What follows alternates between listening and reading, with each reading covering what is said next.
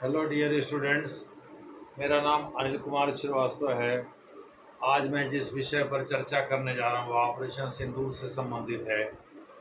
दरअसल ऑपरेशन सिंदूर यानी आतंकवादियों के जो अड्डे थे उनको समाप्त करने की जो कसम खाई थी मोदी जी ने, जो मधुबनी बिहार में पब्लिक रैली के दौरान उन्होंने कहा था कि आतंकवादी और उनके आकाओं की ज़मीन मिट्टी में मिलाने का समय आ गया है, उसी के तहत भारतीय वायुसेना ने स्काल्प और हैमर मिसाइल का प्रयोग करते हुए जो राफेल से दागे गए थे अपनी सीमा में रहकर, उससे पिन पॉइंटेड एक्यूरेसी के साथ आतंकवादियों के ठिकानों को नष्ट किया।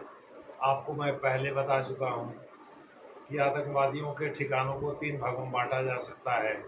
पहला है उनके रुकने का स्थान, दूसरा उनके ट्रेनिंग का स्थान, तीसरा है उनके लॉन्च पैड।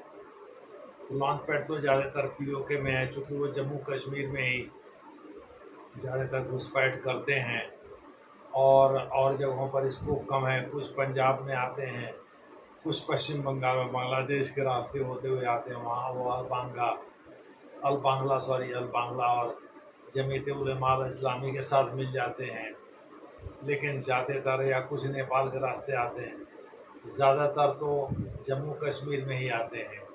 बहरहाल उन्होंने 22 अप्रैल को पहलगाम में, कश्मीर घाटी के पहलगाम नामक जगह पर जो हमला किया और जिसमें धर्म पूछकर पुरुषों को अलग कर उनके पत्नियों के सामने मारा और कहा कि जाकर मोदी जी को बता देना कि हमने ऐसा ऐसा किया है। और बाद में इसकी जिम्मेदारी द रेजिस्टेंस फ्रंट टीआरएफ यानी कि कश्मीर में लोकल मुखौटा आप लश्कर ए तैयबा का कह सकते हैं, लश्कर ए तैयबा का ही लोकल मुखौटा है, इसने ली और बाद में रिट्रैक्ट करके अपने बयान से पीछे हट गया। तो एक्चुअली ऐसा है कि आतंकवादियों को उम्मीद नहीं थी कि इतना एग्रेशन दिखाया जाएगा, लेकिन क्योंकि पाकिस्तान में मुल्ला मुनीर के नाम से विख्यात या कुख्यात आप कह लीजिए आसिम मुनीर, जो कि वहाँ आर्मी चीफ है, वो बैठा हुआ है, जिसने टू नेशन थियरी को फिर से उभारने की कोशिश किया, रिकव करने की कोशिश किया है। दूसरे शब्दों में वो दूसरा ज़ियाउल हक या मोहम्मद अली जिन्ना या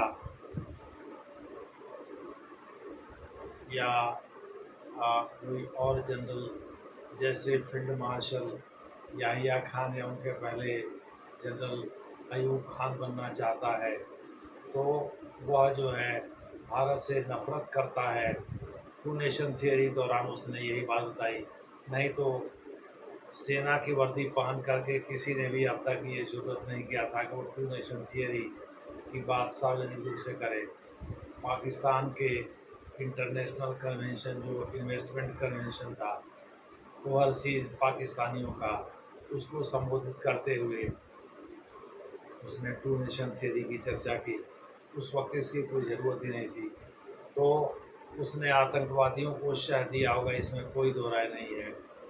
और इसके बाद भारत और पाकिस्तान के बीच काउंटर अटैक पाकिस्तान ने किया, तो भारत को अटैक करना ही था।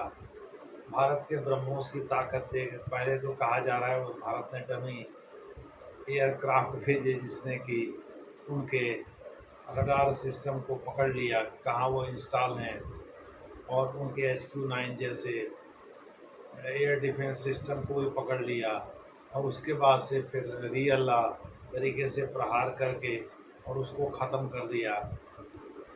दूसरे शब्दों में भारत ने हारूट ड्रोन का भी प्रयोग किया और ब्रह्मोस मिसाइल का भी प्रयोग किया। ब्रह्मोस मिसाइल दुनिया की सबसे तेज़ गति से चलने वाली सुपर फास्ट क्रूज मिसाइल है, जो कि ध्वनि की गति से लगभग 3 गुने तेज़ गति से चलती है। 290 किलोमीटर इसकी मारक क्षमता रही है ओरिजिनली, लेकिन MTCR 1987 पर हस्ताक्षर करने के बाद भारत हो सकता है कि अब 600 या उससे ऊपर की मारक क्षमता का भी ब्रह्मोस विकसित करा या विकसित कर लिया हो। जो भी उसने किया, लेकिन इंटरनेशनल सीमा उसके लिए क्रॉस नहीं करना पड़ा। भारत ने अपनी सीमा में रहकर ही इन सभी लक्ष्यों को भेज दिया। कहा जा रहा 9 आतंकवादी शिविरों के तबाह होने के बाद भारत ने एक 11 वायुसेना कैंटों को भी तबाह किया। इसमें चीनी SQ-9 मिसाइल भी थी। तो चीन को लग गया कि भाई ऐसा है, भारत जो है अब पहले जैसा भारत नहीं है। भारत ने उग्र रुख अख्तियार कर लिया है और इसके पास उन्नत तकनीक के मिसाइलें भी हैं या ड्रोन भी हैं, जो कि हमारे SQ-9 मिसाइल या PL-15E जैसे प्रक्षेपास्त्रों को भी मार गिरा सकते हैं। तो एक तो कारण ये रहा कि भारत सीधे अगर भारत के साथ उलझेगा चीन, चीन को पता है भाई उसके आर्थिक प्रगति का केंद्र प्रशांत महासागर के तट पर स्थित, यानी जिसको पूर्वी चीन कहते हैं या पश्चिमी प्रशांत कहते हैं, वहाँ इसके पूर्वी तट पर सारी चीज़ें स्थित हैं चीन की। तो भारत जो है का अग्नि-5 मिसाइल वहाँ तक पहुँच रखता ही है। तो भारत के बारे में कहा जा रहा है कि उसने गुपचुप तरीके से सूर्या मिसाइल भी विकसित कर लिया है। उसने अमेरिका के डर से इसको सार्वजनिक नहीं किया।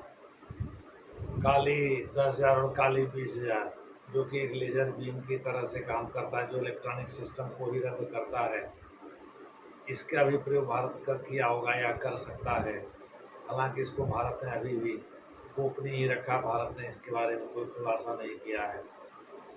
तो चीनी इस वजह से भी भारत से परेशान नजर आ रहे थे।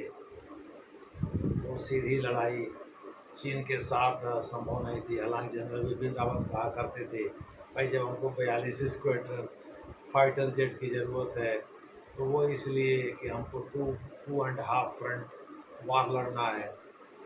एक तो पाकिस्तान से, एक चीन से और आधा देश के भीतर बैठे हुए गद्दारों से जो प्रो पाकिस्तानी या प्रो चाइनीज विचारधारा लेकर चलते हैं। लेकिन मेरा मानना है अभी ये 3.5 हो गया है, क्योंकि बांग्लादेश भी एक देश एक दुश्मन की तरह से व्यवहार कर रहा है। उसके जो मोहम्मद यूसुफ खान है उनकी गलत नज़र जो है नॉर्थ ईस्ट पर अटकी हुई है, और नॉर्थ ईस्ट के बारे में वो और उनके सहयोगी अक्सर बात किया करते हैं।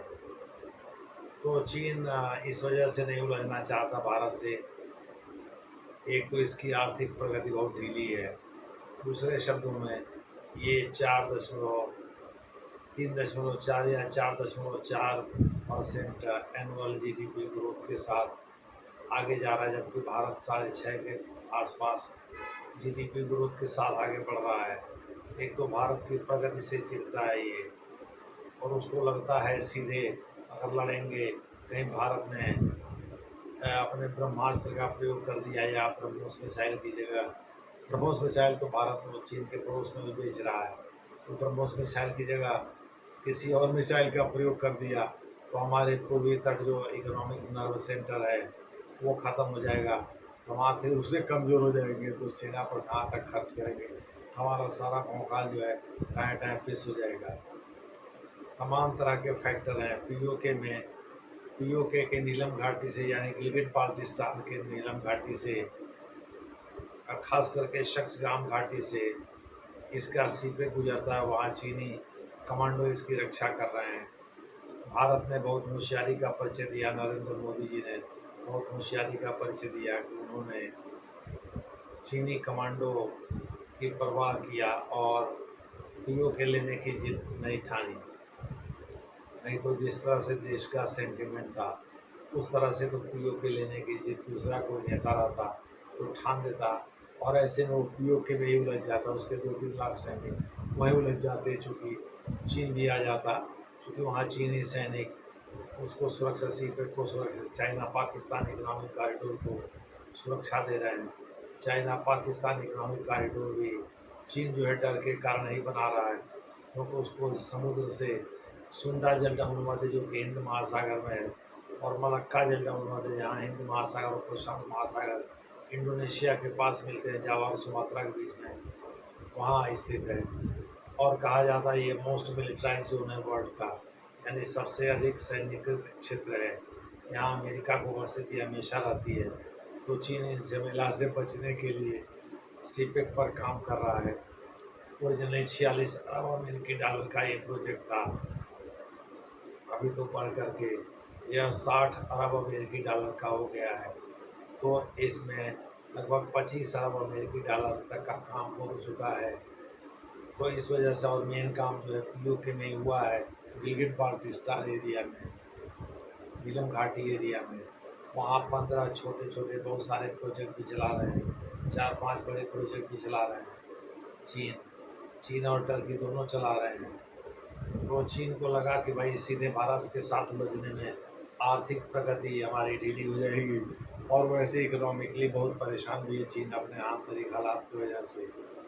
कई उसकी फैक्ट्रियाँ बंद हो गई, और दूसरी बात यह है कि भारत से उसको चिड़ ये भी है कहीं ऐसा ना हो भारत ब्रह्मास्त्र अपना निकाल करके पड़ोस में और कुछ कर दे पाकिस्तान के साथ, हम ताकते रह जाए।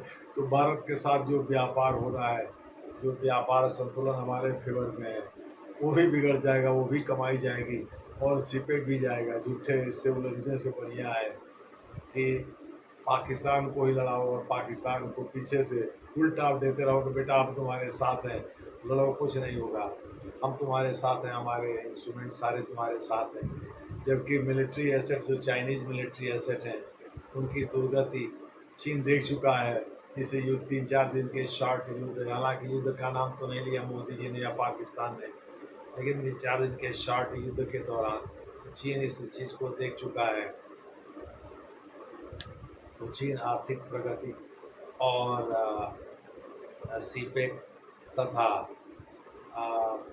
अपने पूर्वी तट के खतरे को देखते हुए, जहाँ उसका इकोनॉमिक नर्व है, उसको देखते हुए भारत से सीधे लड़ना नहीं चाहता।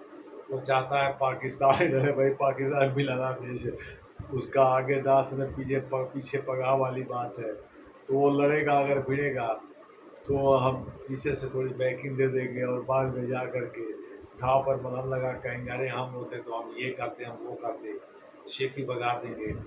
पाकिस्तान आगे जाएगा कहाँ, किसके पास जाएगा, क्योंकि दुनिया में बहुत कम ही देश हैं जो कि उसको सपोर्ट कर रहे हैं।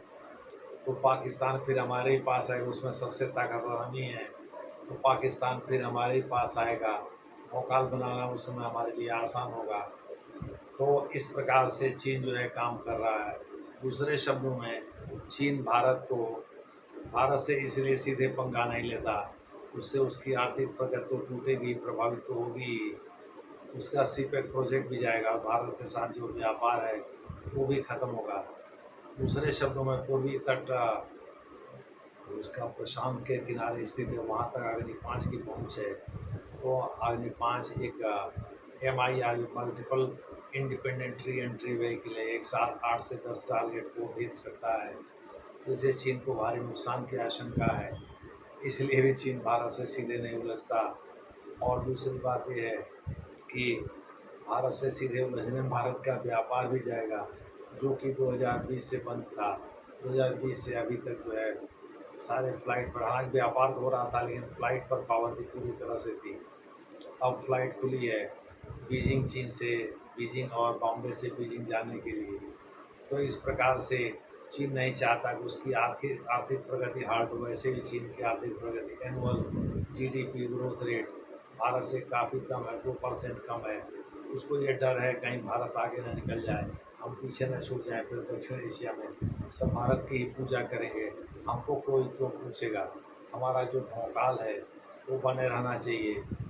और इस प्रकार से भारत से सीधे लड़ने में होशियारी नहीं है, पाकिस्तान को लड़ाने में ही होशियारी है। बस POK में डर दिखाते रहो। भारत भी डर के कारण जो है सीपेक पर हमला नहीं करेगा, क्योंकि उसको डर है भाई पाकिस्तान तो दुश्मन है ही, कहीं चीन भी साथ में आ गया तो टू फ्रंट वार तो ओपन होगा ही।